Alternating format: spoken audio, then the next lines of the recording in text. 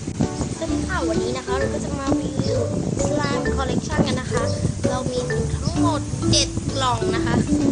เราไปที่กล่องแรกกันเลยกล่องแรกนี้นะคะคือมันจะเป็นสีน้ำเงินมุกเลยค่ะแต่ว่ามันเหลวมันละลายนะคะใช้ตัวนี้นะแล้วก็เจ้าตัวนี้เป็นสีม่วงสวยมากเดี๋ยวจะเป็นเอฟเฟกต์นี่นะคะแล้วก็สีจริงมันไม่เหมือนในกล้องสักเท่าไหร่มันเป็นสีม่วงอ่อนๆนะคะฟังคนพูดเรื่องผื่นนะคะไม่ใช่แหละเดี๋ยวดูสลับต่อ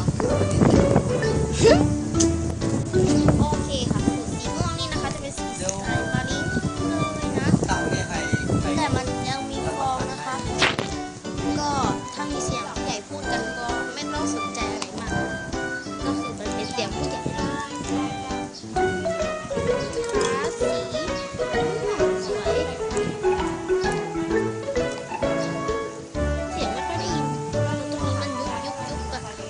เดี๋ยวเรานี้ใสมากค่ะนี่นะใสมากจริงๆเลยเห็นเท้าเลยเห็นไหมคุณทั้งสองคนเลยเงียบก่อนนะคนบ่นไม่สบายวันนั้นโกจิก็มาหลังจากฟังคนบ่นเสร็จแล้วเราก็มารีวิวต่อเลยนะคะตัวนี้ก็จะเป็นสีฟ้าสูตรซุปเปอร์กัมมี่นะคะจะสูตรเดียวกันเลยกับสีแดงนี่แต่ว่าสีมันจะเนื้อประมาณเนี้ยเคยรีวิวลงในไอชาลีแล้วไอชาลีซุปเปอร์กัมมี่พอมันหายเด้งมันก็จะเป็นอย่างเงี้ยเดี๋ยวแป๊บนึงนะหลังจากเราใช้การเสร็จแล้วก็มารีวิวต่อเนื้อคือจะคล้ายกันนะคะแต่ว่าทำพร้อมกันนั่นแหละแต่ว่าเราไม่รู้ดิเดี๋ยวเราก็ลองกิ้งกันเลยอุ้ยกล่องดังเพลงเลยอ่ะเมื่อกี้กล่องแตกรีวิวลงไปในไอจีเลยแล้วอัดแล้วก็หมดเลย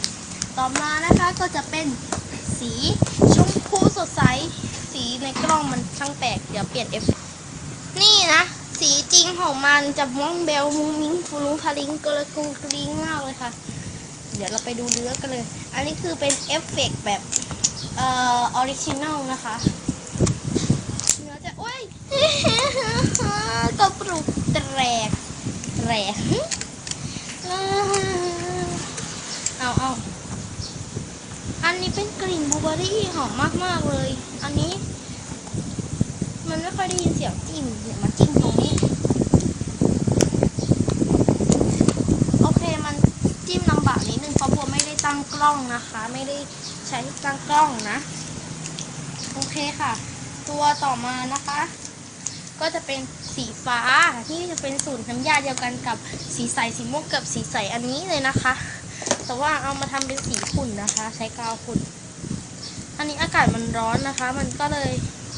เหลวนิดนึงแต่เนื้อโอเคมากค่ะถึงมันจะเหลวแต่มันไม่ติดมือนะสูตรเนี้ยอยากให้สอนกันหรือเปล่าเย่เดี๋ยวเราไปดูเนื้อแบบชัดๆเลยค่ะโอเคค่ะกว่าบัวจะตั้งได้นะเฮ้ยแสงเข้ากล้องแล้วแบบฟังเสียงจ้ะ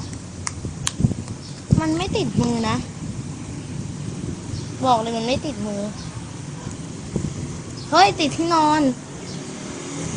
ก็ไม่ติดที่นอนด้วย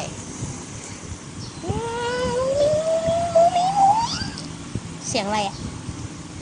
ยืดมากเลยค่ะเดี๋ยวไปดูตัวต่อไปเลยนะเย้มาถึงตัวสุดท้ายแล้ว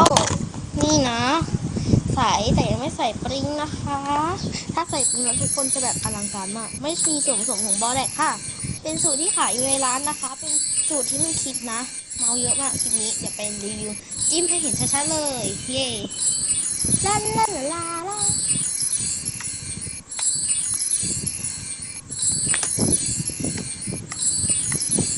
ใสมากเลยนะดูเปล่าสูตรเนี้ย